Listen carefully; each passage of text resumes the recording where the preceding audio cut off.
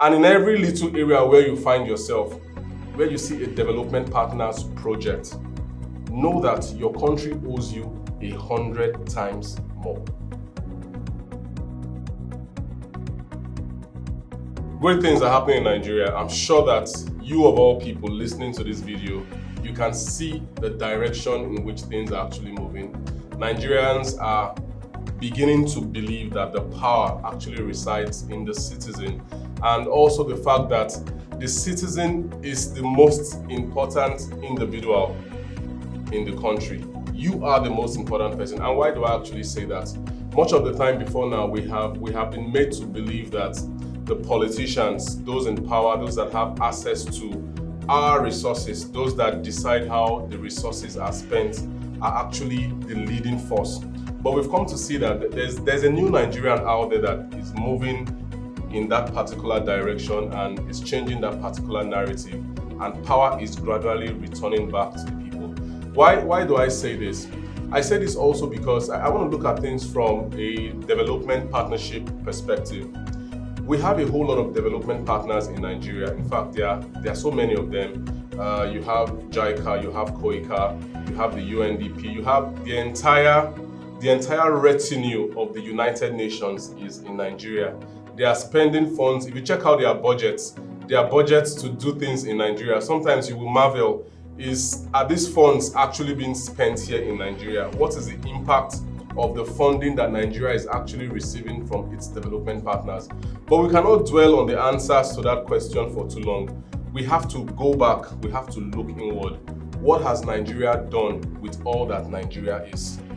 What has Nigeria done in the power sector? I, for one, know very well that we have development partners that are engaging within the power sector. We have development partners that are engaging within the electoral sector. If you ask INEC, for example, how much funding INEC received from development partners, it's in the tens of millions of dollars. You can go and verify.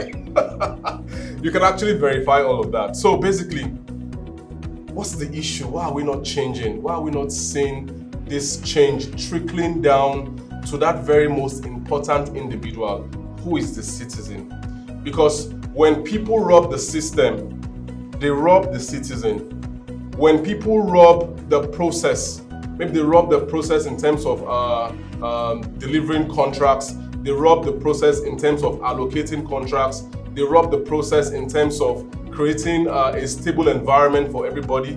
They rob the process in ensuring that security does not get to every Nigerian citizen who actually has access, or who should have access to at least the sense, the feeling of security.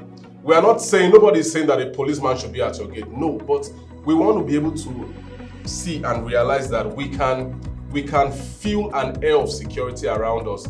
That citizen that still feels not so secure. I know how many times I have to wake up in my house sometimes at night, and I just go and I look around the windows and I'm like, okay, let me just check things out. Not because me checking things out is really going to solve the problem per se, but we need to get back to that place where you can drive from Benin City, for example, to Zaria in Kaduna. From Zaria, you take a trip to Taraba. From Taraba, you take another trip to Maiduguri, and you feel exactly safe. You feel the same safety that you felt while you were sleeping in your bedroom. You feel the same safety that you felt while you were just taking a walk, maybe in VI, for example, enjoying the ocean breeze. If every Nigerian cannot boast of that feeling of safety wherever you find yourself in this country as a Nigerian, that means somebody is raping the system.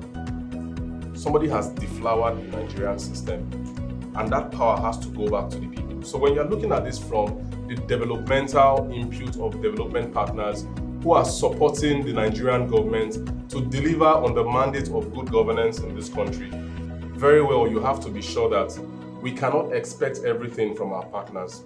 Our partners, definitely, they will watch us. They would even watch our body language. They want to know what do Nigerians really want? Do they still want to play the games as the games have been played over the decades? Or are they really serious? Are they ready for real business? Are they ready for their country to move forward? Are they ready for growth? Are they ready for development? Are they ready to stem the tide of, the talent exodus from this country. My brother, my sisters out there, if you know the number of talented Nigerians that we have across the globe, we are talking of talents that could have been deployed to fix this country, but we've lost them. Some of them would never return back to this country. And just imagine 5 generations from now, generations of Nigerians that are already across Europe and America. It might be a lost story. Those individuals may never have the need to come back to even find out, where was grandpa born? Where was grandma born? Where was great-grandpa laid to rest? All that history is cut off because we have ingrained in us a wrong perception to development. I want to believe strongly that as a result of all the communication that is actually going out there, the changes that are happening, that Nigerians can actually begin to see why we can necessarily not put all our hopes in a developmental system that keeps us at the behest or that keeps us at the mercy of our partners. We need to show our partners that Nigerians have risen to a point where we understand that we must fight for a Nigeria that we want. We must work for a Nigeria that we want. And we must heal a Nigeria that is bleeding. We must heal that country. We must work for that country. And in every little area where you find yourself, where you see a development partners project, know that your country owes you 100 times more.